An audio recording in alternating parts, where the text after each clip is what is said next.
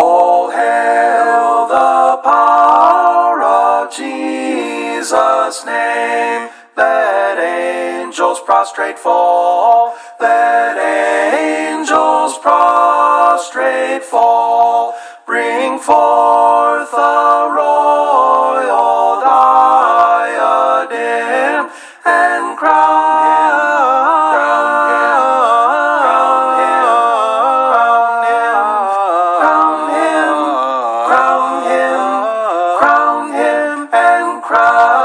him Lord of all. Ye chosen seed of Israel's race, ye ransom from the fall, ye ransom from the fall. Hail him who saves you by his grace, and crown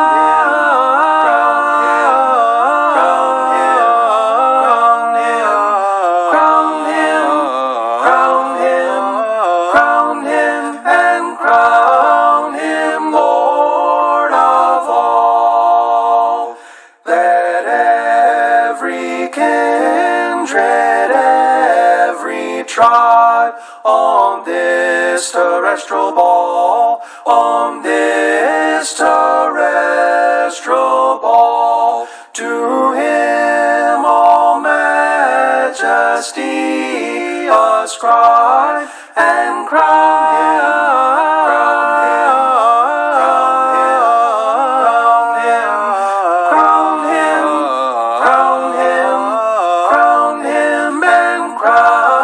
him Lord of all. Oh, that with yonder sacred throng we at his feet may fall, we at his feet may fall. We'll join the everlasting song, and crown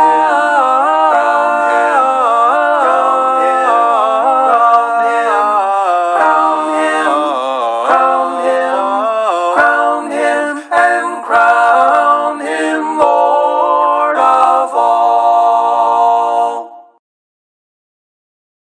To one of the most interesting and dramatic periods in Old Testament history, when we begin a study of the ministry of Elijah and his successor Elisha. Let's put this into the proper background. Let me remind you that in the first book of Kings, chapter 16, we read of Ahab coming to the throne. In verse 29, in the 38th year of Asa, king of Judah, Ahab the son of Omri began to reign over Israel, and Ahab the son of Omri reigned over Israel in Samaria 22 years. Now, it'll give you an idea as to the extent and the length of the ministry of Elijah when he lived to see Ahab die and his successor come to the throne. You remember that Ahab, as it says here, was the son of Omri, and Omri was the one who built the third capital of the northern kingdom of Israel. He built Samaria. And following in the footsteps of his rather diplomatic father, Ahab established and cultivated good relations with the Phoenicians, the people of Tyre and Sidon. It's rather interesting, isn't it, that Tyre's been in the news in the last few days. The Israelis attacking Tyre. Well, Tyre and Sidon were two of the independent city-states of the Phoenicians. And Ahab married the daughter of Ethbaal, king of Sidon. Now, as I say, he was a diplomat like his father before him, but his methods were offensive to God, because Ahab had no religious scruples whatsoever. I think that verses 32 and 33 say everything that we need to know about this man's religious position. He erected an altar for Baal in the house of Baal, which he built in Samaria. And Ahab made an Ashtoreth. Ahab did more to provoke the Lord, the God of Israel, to anger than all the kings of Israel who were before him. So, in his days, Hiel of Bethel built Jericho. He laid its foundations at the cost of Abiram, his firstborn, and set up its gates at the cost of his youngest son Segub, according to the word of the Lord, which he spoke by Joshua, the son of Nun. I think this again is an indication of the idolatry that went on in those days.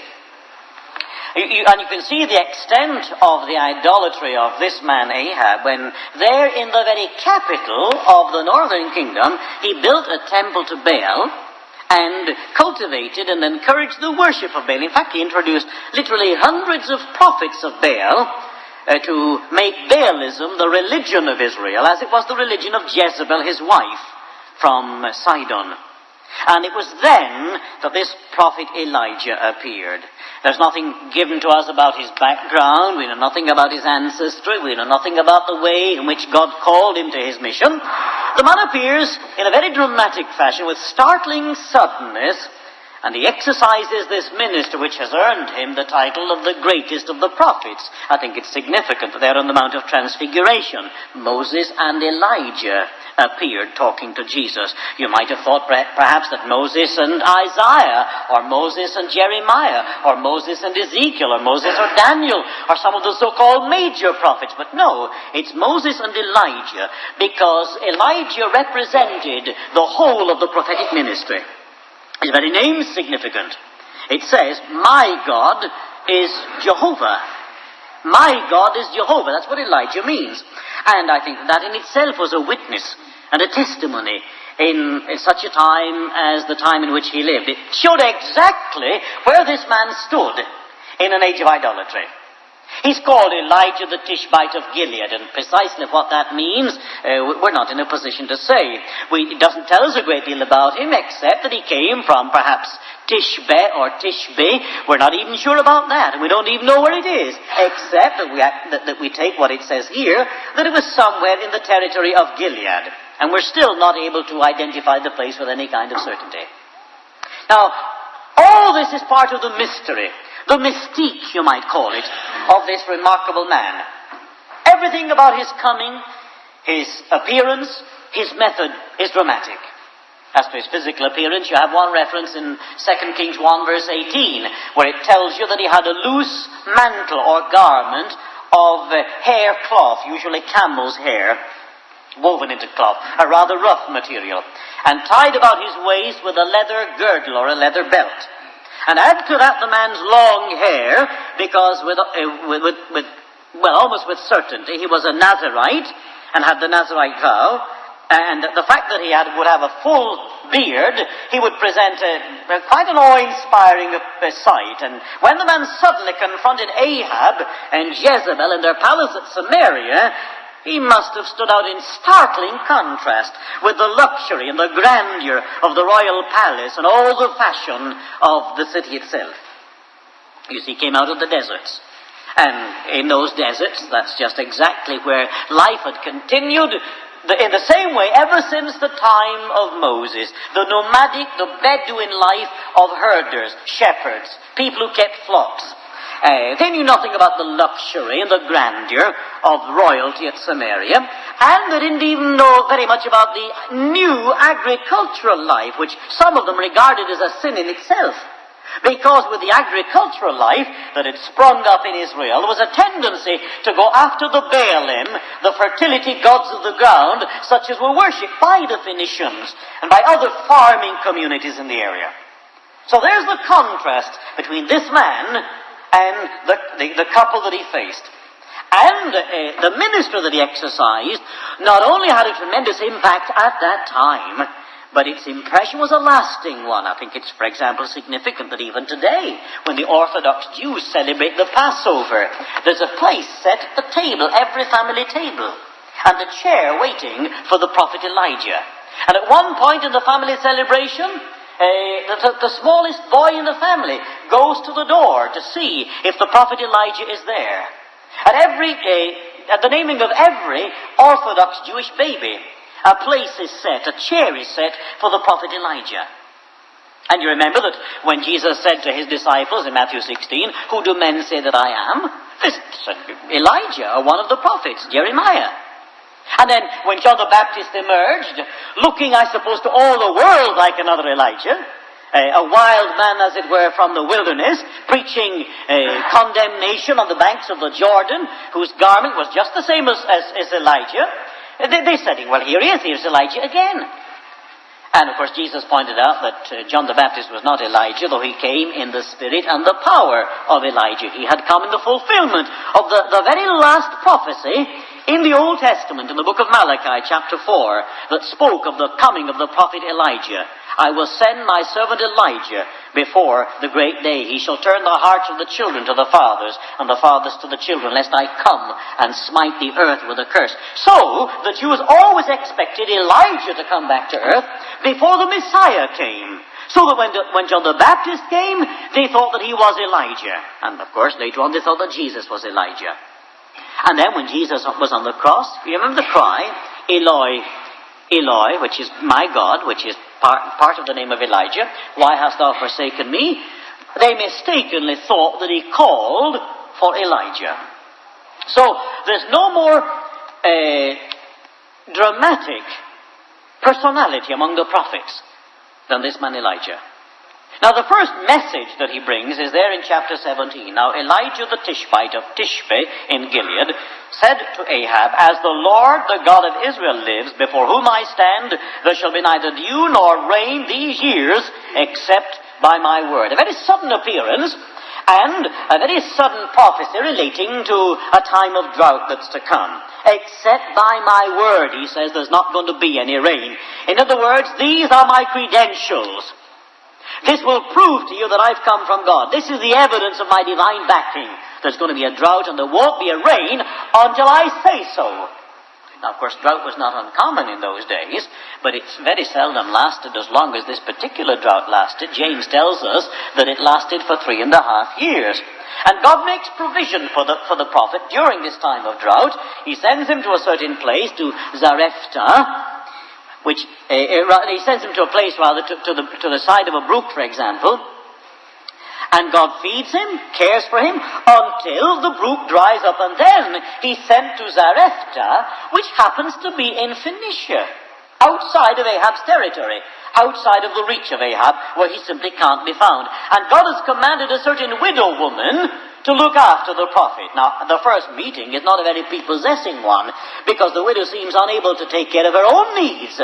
When the prophet first meets her, you see the desperate condition to which the woman's been reduced, because she's preparing what she imagines is going to be her own last meal. But through the prophet, the miracle is performed, the first miracle of Elijah, and the widow has food through until the end of the drought. There's another miracle performed there that's recorded in verse 17 of that 17th chapter, the raising of the widow's son.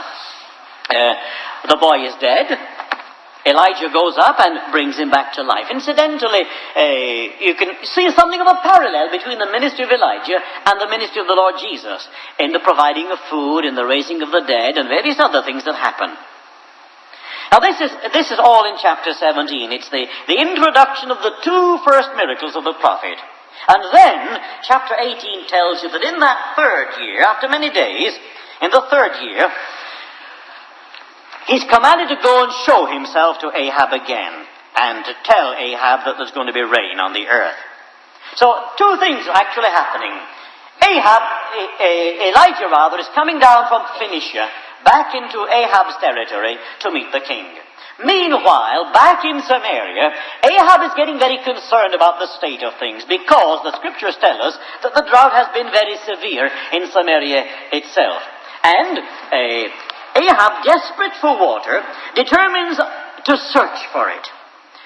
He uses one of his servants, Obadiah, who is mentioned there in verse 3. And Ahab called Obadiah, who was over the household, his chief steward, in other words. Now this Obadiah is a very strange character in my mind.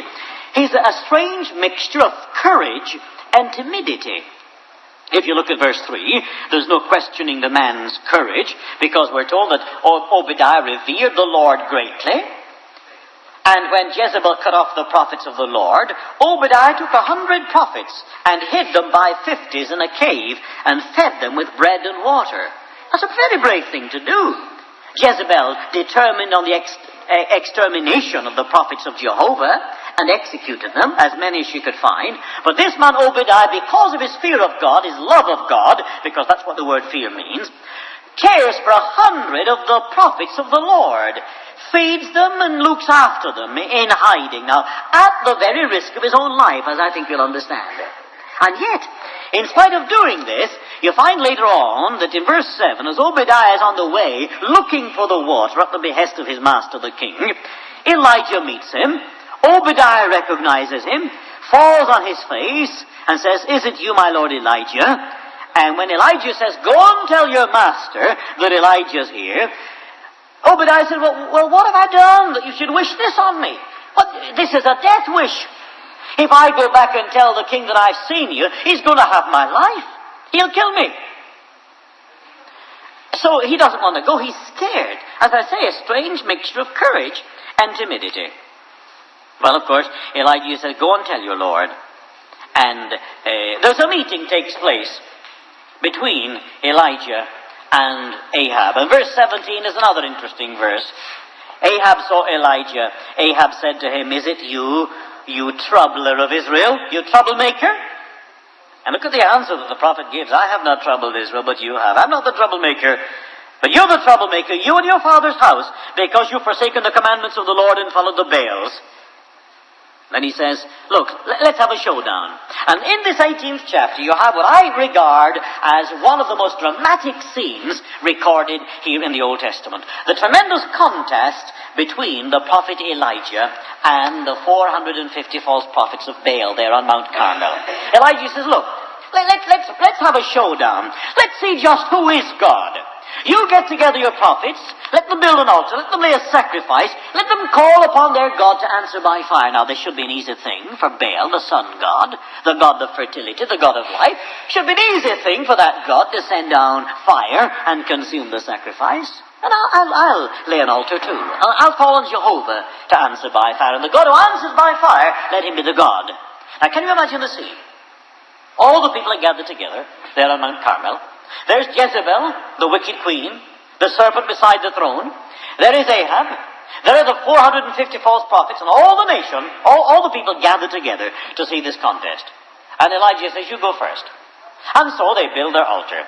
They get everything ready to lay on the sacrifice, and they call on Baal to answer by fire.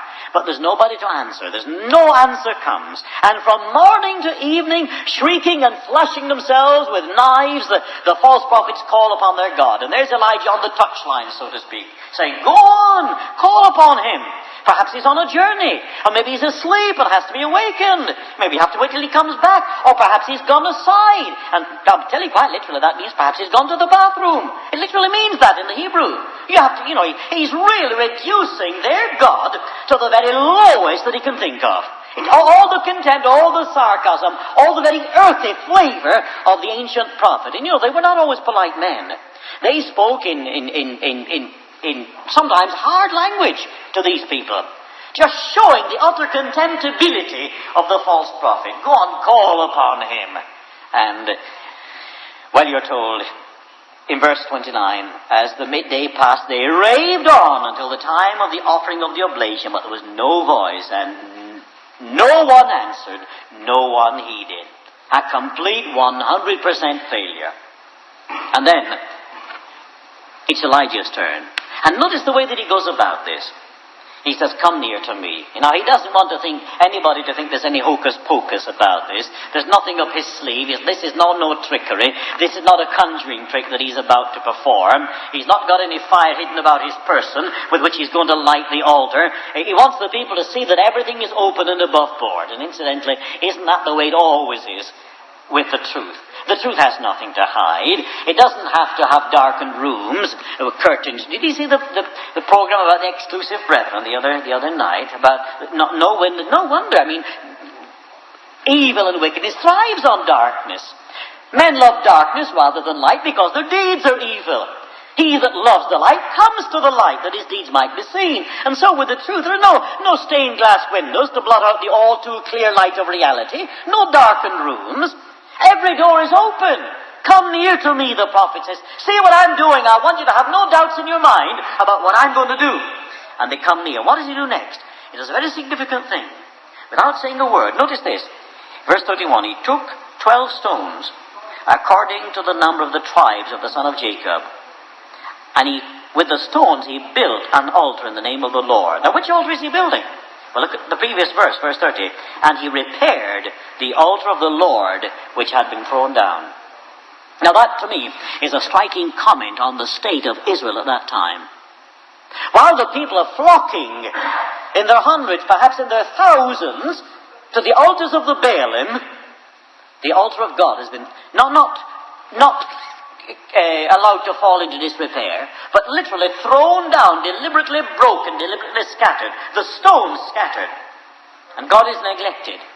And Elijah repairs the altar of the Lord that has been thrown down. And how does he do it?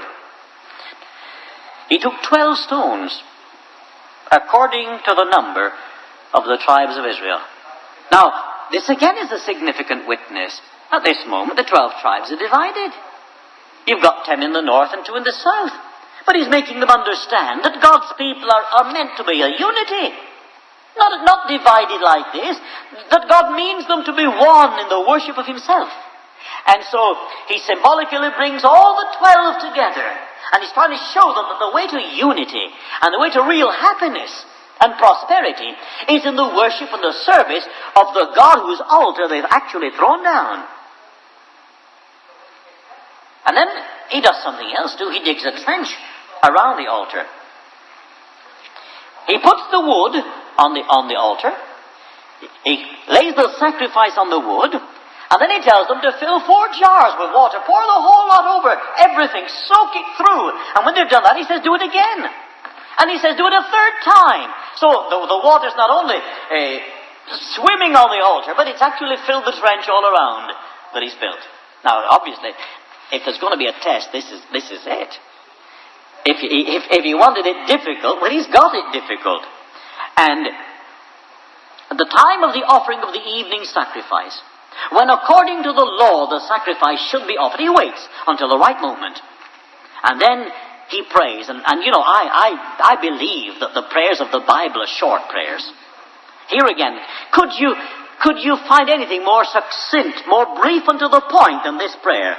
O Lord God of Abraham, Isaac, and Jacob, let it be known this day that thou art God in Israel, and that I am thy servant, and that I have done all these things at thy word. Answer me, O Lord, answer me, that this people may know that thou, O Lord, art God, and that thou hast turned their hearts back. And that's it. He doesn't find it necessary to go on and on, but one brief prayer expressing the feeling of his heart. And what happens? Well, God answers by fire. We're told then the fire of the Lord fell and consumed the burnt offering and the wood and the stones. What kind of fire is that? A fire that consumes stones. And what is a stone? Well, a stone is actually combustible material that's been used up, that won't burn again. So you can see the intensity of this fire that comes from heaven when it consumes everything and licks up the water around the trench. And when the people see this, they fall on their faces and they say, the Lord, He is God. The Lord, He is God. Oh yes, they were convinced when they saw that. It's a pity, isn't it, that they had to wait for that kind of miracle when their whole history was one long miracle. When time and time again, ever since God chose them as a people, He demonstrated in a miraculous fashion that He was their God. But they believed. Yes, Elijah truly made believers out of them that day. And he made corpses out of the prophets. Because this is the thing that people sometimes stumble over. Verse 40, and Elijah said, seize the prophets of Baal, let not one of them escape. And they seized them, and Elijah brought them down to the brook Kishon and killed them there. So, it doesn't mean that Elijah himself personally killed them, but in other words, he supervised the execution of these false prophets of Baal. Now, again, this is one of those little incidents in the Bible that people take objection to, people take umbrage at, or the brutality and the violence of the Old Testament. But you must understand who is executing the judgment here, who's executing the sentence. This is the sentence of God through the prophet. And you've got to bear in mind the kind of people that these prophets were, the kind of religion that they represented, and the effect that that religion was having on the great purpose that God had for the whole of mankind. Remember that through this people who were being polluted by the worship of the Baal, Baalim, the gods of Baal. Through this people, the Messiah is to come, the Savior of the world. And God cannot permit the wickedness of any man or group of men to affect his great purpose. They stand in the way of the world's salvation and of the coming of the Messiah through his chosen people, and consequently God, who always does right, passes the sentence, and the execution takes place. Now, of course, that's not the end. In the latter part of the chapter, from verse 41 onwards, Elijah says to Ahab, "Go and eat and drink, because there's a sound of the rushing of rain." This is the time when the rain's going to come. I said that no rain would come according to my word. I'm telling you now, the rain is coming. And he goes up to the top of Mount Carmel. And here's, sometimes we have discussions as to what attitude should we adopt in prayer. Should we sit in prayer? And there are brethren who take objection to sitting. They think it seems irreverent. Well, I think that, was it with Abraham Lincoln said, there are times when no matter what the posture of the body, the heart is prostrate before God. And if praying means that you're standing and shuffling from feet to feet while brethren, one after the other, go on praying, and you get uncomfortable and your mind wanders and you're not thinking about what's going on, you're saying, "Oh, I wish how many more are going to pray now?" And you're waiting, you're longing for a pause to come, and you're wishing the presiding brother to say, "Go on, that's enough, close the prayers now." That's no good. If you can remain seated and you can comfortably concentrate on the prayers because your body is comfortable, you're physically comfortable, then I would say sit by all means.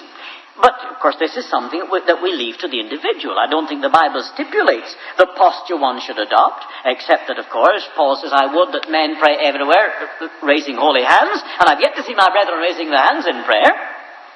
Well, here's a posture for you. Will you listen to this? Elijah, verse 42, went up to the top of Carmel, and he bowed himself down to the earth, and he put his face between his knees. I've never seen anybody do that yet. He bowed himself down to the earth, and he put his face between his knees. And there he's praying. And then he says to his servants, "Go and look toward the sea." And ultimately they come back and they say, "There's a little cloud the size of a man's hand." Imagine the heavens like brass, not a cloud in sight. And then there appears this cloud the size of a man's hand, so tiny on the horizon. And he said, "Right, go and tell Ahab, prepare your chariot and go down lest the rain stop you. You better get home, Ahab, or you're going to be washed out." That's what he's literally saying. Your chariot won't make it back to the city. You'll be bogged down with the rain that's going to come if you don't go now. And this is another interesting news, full of little things here. "And the hand of the Lord was on Elijah, and he girded up his loins, and he ran before Ahab to the entrance of Jezreel." Do you know what that literally means? It literally means he outran the chariot. Now, you talk about marathon runners, and this is true. When you think of the prophet Elijah, you don't think of a flabby, flaccid kind of fella. You think of a man in the peak of physical fitness. And this is often the case, In those days, they had outrunners whose job it was to run alongside of the chariot, no matter what speed the king wanted the chariot to go at. And these fellows simply had to be able to keep up with the chariot. And here you've got Elijah running from Mount Carmel to Jezreel and getting there before the prophet does. Before the king does, rather. He outruns the king's chariot. Now, I'm not going to tell you the next little bit. It's another interesting story. We're going to have to leave that until another time. We won't get it next Lord's Day because we've got the holiday fellowship. But you'll see the tremendous contrast in chapter 19 when the reaction sets in.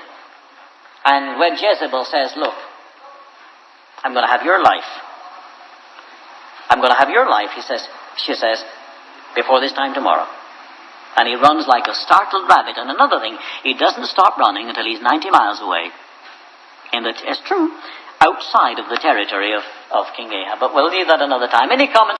Lord and Father of mankind, forgive our foolish ways. Reclothe us in our rightful mind in pure thy service find in deeper reverence praise, in simple trust like theirs who heard beside the Syrian sea. The gracious calling of the Lord, let us like them without a word rise up and follow thee. O Sabbath rest by Galilee, O calm of hills above, where Jesus knelt to share with thee the silence of eternity, interpreted by love. Drop thy still dews of quietness till all our striving cease.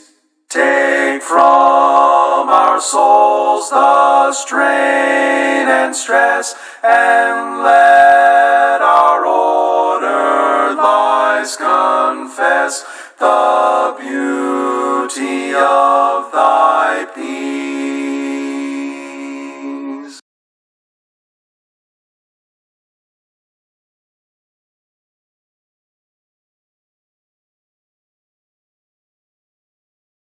A mighty fortress is our God, a bulwark never failing. Our helper, he amid the flood of mortal ills prevailing. For still our ancient foe doth seek to work us woe. His craft and power are great, and armed with cruel hate. On earth is not his equal. Did we in our own strength confide, our striving would be losing. Were not the right man on our side, the man of God's own choosing? Just ask who that may be. Christ Jesus, it is he. Lord Sabaoth his name, from age to age the same, and he must win the battle.